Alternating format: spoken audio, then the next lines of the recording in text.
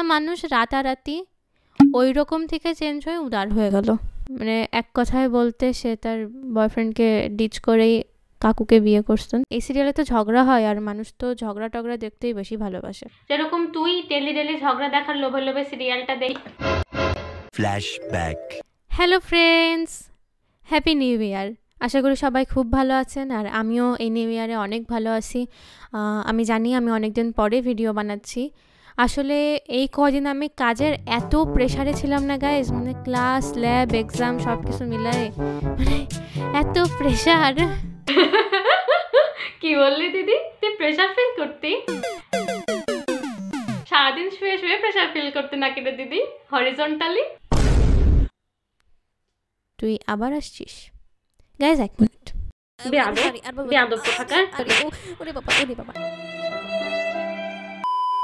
Guys welcome to another episode of এসো serial দেখি বাস্তবতা শিখি।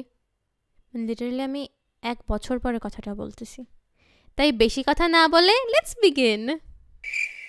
আরে ইন্ট্রোটা চালা।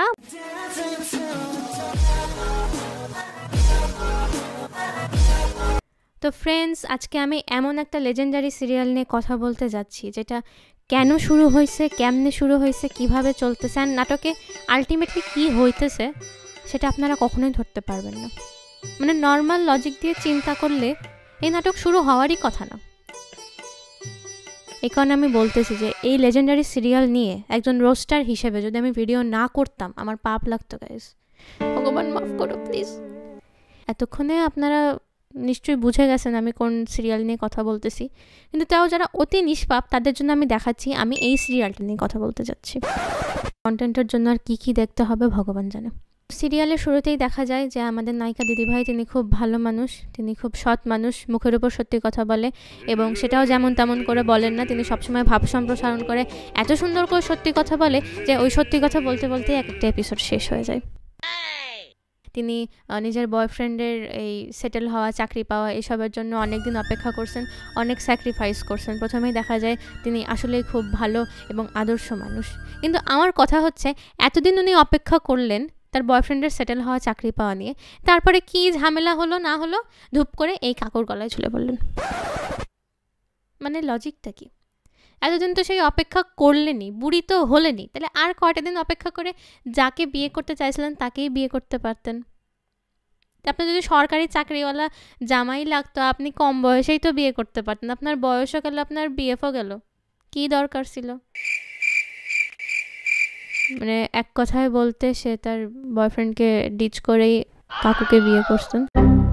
সরি, আমি ওই ভাষাটা ইউজ করতে চাইনি, আমার মুখ দিয়ে বের হয়ে গেছে। আমি রিয়েলি সরি, আমি মাফ চাচ্ছি। বাস রিয়েল লাইফে হলে তো এটাই বলতেন না।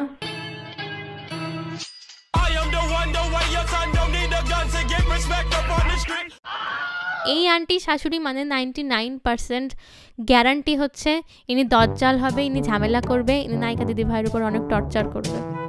এটাই 99% সম্ভাবনা, অ্যান্ড হয়েছেও তাই। নায়িকা দিদি ভাইয়ের নাচ গান একদমই সহ্য করতে পারে না। তো প্রথম তাদের দুজনের অনেক ঝামেলা হয়। ওই ঝামেলা দেখাতে, মানে একদিনের ঝামেলা দেখাতেই দেখা যায় 1 সপ্তাহের এপিসোড শেষ হয়ে যাচ্ছে। মানে আলাদাই ব্যাপার স্যাপার এই সিরিয়াল, মানে কষ্টই নাই। একটা প্লট লিখবে, একটা ঝগড়ার স্ক্রিপ্ট লিখবে, আর এভাবেই মানে সারা সপ্তাহের কাহিনী শেষ। নায়িকা দিদি ভাইয়ের স্বামী, তার কুটনি দেওর এবং তার পচা শাশুড়ি, দজ্জাল শাশুড়ি মিলে তাকে 101টা উপায়ে বাস দিতে থাকে, এবং নায়িকা দিদি ভাইও তাদের সামনে দাঁড়ায় অনেক মানে ডায়লগ দিতে থাকে, ভাব সম্প্রসারণ করে সত্যি কথা বলতেই থাকে। এইভাবে তাদের টক্সিক সম্পর্ক আগায় যেতে থাকে। আমি সবই মানে নিয়েছিলাম, সবই ঠিক ছিল, কিন্তু এসব কি গাইস? মানে ফার্স্ট নাইটে তাদের শাশুড়ি অসুস্থতার বাহানা করে হেনতেন করে সেটা নষ্ট করে দিতেছে, তাদের খাটে শুয়ে ঘুমায় পড়তেছে। আমাদের নায়িকা দিদি ভাই বিছানা না পায় বেচারি সারা রাত ওই চেয়ারে বসে বসে চোখের জল ফেলে ফেলে কষ্ট করে কাটায় দিচ্ছে। তার স্বামী অনেক খারাপ মানুষ, সে তার সাথে অনেক জোর জবরি করে, অনেক খারাপ কাজ করে। মানে এসব জিনিস আপনারা নাটকে কেন দেখাইতেছেন? আপনারা তো টক্সিসিটি দেখাইতে চান। এসব জিনিস যে আপনারা দেখাইতেছেন, আমি আমার ছোট বোনটাকে নিয়ে টিভি দেখতে বসি, ও কি শিখতেছে গাইস আপনারা বলেন? ও তো এসব জিনিস দেখে দেখে পেকে যাচ্ছে, বেচারা জীবনের প্রতি বীতশ্রদ্ধ হয়ে যাচ্ছে। তাই ডিরেক্টর সাহেব আমি প্লিজ আপনার কাছে রিকোয়েস্ট করতেছি, আমার ছোট বোনটা অনেক পেকে যাচ্ছে, তাই এসব জিনিস আপনি টিভিতে দেখাবেন না। ওকে নিয়ে তো আমি টিভি দেখতে পারবো না, বেচারি আমাকে উল্টাপাল্টা প্রশ্ন করে গাইস। আমার ছোট বোনটার স্বার্থে আমি বলতেছি, একজন রেসপন্সিবল দিদি হিসেবে বলতেছি। তো এরপরে হঠাৎ একদিন দেখা যায় আমাদের এই দজ্জাল আন্টি করে ভালো হয়ে যায়, সে কিপটামি ছাড়ে অনেক উদার হয়ে যায়, মানুষের সাথে অনেক ভালো ব্যবহার করা শুরু করে। মানে একটা মানুষ রাতারাতি ওই রকম থেকে চেঞ্জ হয়ে উদার হয়ে গেল। আর এদিকে আমি আমার 101টা ব্যাড হ্যাবিটসের মধ্যে থেকে একটা বাদ দেওয়ার জন্য এত কষ্ট করতেছি। আমার কি মনে হয় বলতো দিদি, সিরিয়ালটা শেষ হয়ে যাবে, এই জন্য ওই দজ্জাল আন্টিটা ভালো করে দিছে। না, কিন্তু আমার মনে হয় না এই সিরিয়াল এত তাড়াতাড়ি শেষ হবে, কারণ এই সিরিয়ালে তো ঝগড়া হয় আর মানুষ তো ঝগড়া টগড়া দেখতেই বেশি ভালোবাসে। হ্যাঁ রে দিদি, তুই একদম ঠিক কথাই বলছিস। যেরকম তুই ডেলি ডেলি ঝগড়া দেখার লোভে লোভে সিরিয়ালটা দেখি। তো এই নায়িকার আসলে আলাদাই সুপার পাওয়ার। এতদিন যে মানুষটা এরকম কিপটাক সবার সাথে খারাপ ব্যবহার করতো, তাকে জাস্ট কয়েকদিনের মধ্যে ভালো করে দিল। তার প্রতিবেশীদের যে নাচ গানের দল এতদিন ধরে তৈরি হচ্ছিল না, সে আশায় জাস্ট কয়েকদিনের মধ্যে নাচ গানের দল তৈরি হয়ে গেল, তারা শো পাওয়া শুরু করলো। মানে আলাদাই সুপার পাওয়ার দিয়ে বানানো হয় এদেরকে।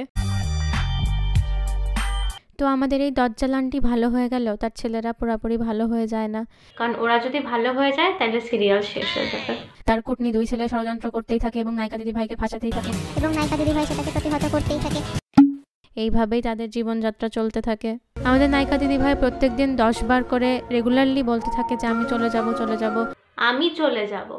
তাই বলে লক্ষ্মী প্যাঁচা কি গান গাইবে না? তার লক্ষ্মী আমি বাড়িতে আর বেশি দিন থাকবো না, কিন্তু সে চলেও যায় না। হ্যাঁ, কারণ চলে গেলে সিরিয়াল শেষ হয়ে যাবে। সে আলটিমেটলি তাদেরকে জেলেও পাঠায় না, ওখানেই সবাই থাকে, ওখানেই একটা জটলা হয়, ওখানেই খিচুড়ি হয় এবং ওইভাবেই সিরিয়ালটা চলতে থাকে। তো এইভাবেই চলতে চলতে আমাদের নায়িকা দিদি ভাই একদিন সত্যি সত্যি তার বয়ফ্রেন্ডের হাত ধরে এই বাড়ি থেকে চলে যাওয়ার সিদ্ধান্ত নেয়। কিন্তু এ কথা সে কথায় এবারও তার যাওয়া হয় না, কারণ যদি সে এই বাড়ি ছেড়ে চলে যায় তাহলে জটলা হবে না, আর জটলা না হলে সিরিয়াল বন্ধ। যদি সে বয়ফ্রেন্ডের সাথে চলে যেত তাহলে কাহিনী কি হতো? এই বয়ফ্রেন্ডের উপর রাগ করে সে একটা বিয়ে করছিল, বিয়ে করে ধাতানি খাইলো এবং সে আবার তার বয়ফ্রেন্ডের কাছে ফিরে গেল। এই যে আমরা একজন আরেকজনের সাথে রাগারাগি করি, মন কষাকষি করি, কিন্তু এতে কি লাভ হয় গাইস? কোনো তো লাভ হয় না, শুধু ক্ষতিই হয়। সে যদি রাগটা না করতো, সে যদি বিয়েটা না করতো, তাকে এত সাফারিংসের মধ্যে দিয়ে যেতে হতো না, তাকে এই পচা জিনিসগুলা জীবনে এক্সপিরিয়েন্স করতে হতো না গাইস। আরে বাবা, এক কথা বল না, যেটা হওয়ার ছিল সেটাই হবে, মাঝখান থেকে এত বড় একটা কাহিনী হয়ে গেল। মানে তুইও কি সিরিয়ালটা দেখতে দেখতে ভাব সম্প্রসারণ করা শুরু করে দিছিস? এই তুই অ্যাসিডিকটা নষ্ট করে দিস না তো, চুপ কর, আমার কথা বলতে দে। এই যে আমরা একজন আরেকজনের সাথে রাগারাগি করি, এটা কিন্তু ঠিক না গাইস। এতে আলটিমেটলি 2 পক্ষেরই ক্ষতি হয়। এই যেমন ধর তুই অল্পেতেই আমার উপর রাগ করিস, এটা ওটা ছুঁড়ে মারিস, এমনকি ধরে ধরে মারধর পর্যন্ত করিস। আজকে যদি আমার সত্যি সত্যি একটা কিছু হয়ে যায়, যদি আমি সত্যি সত্যিই ব্যথা পাই, তুই কি নিজে কোনোদিনও ক্ষমা করতে পারবি দিদি? তুই কি আবার এটা রিপিট দেখতে চাস? ঠিক আছে। তো গাইস, আজকের ভিডিওটা এই পর্যন্তই। এবং তার জামাই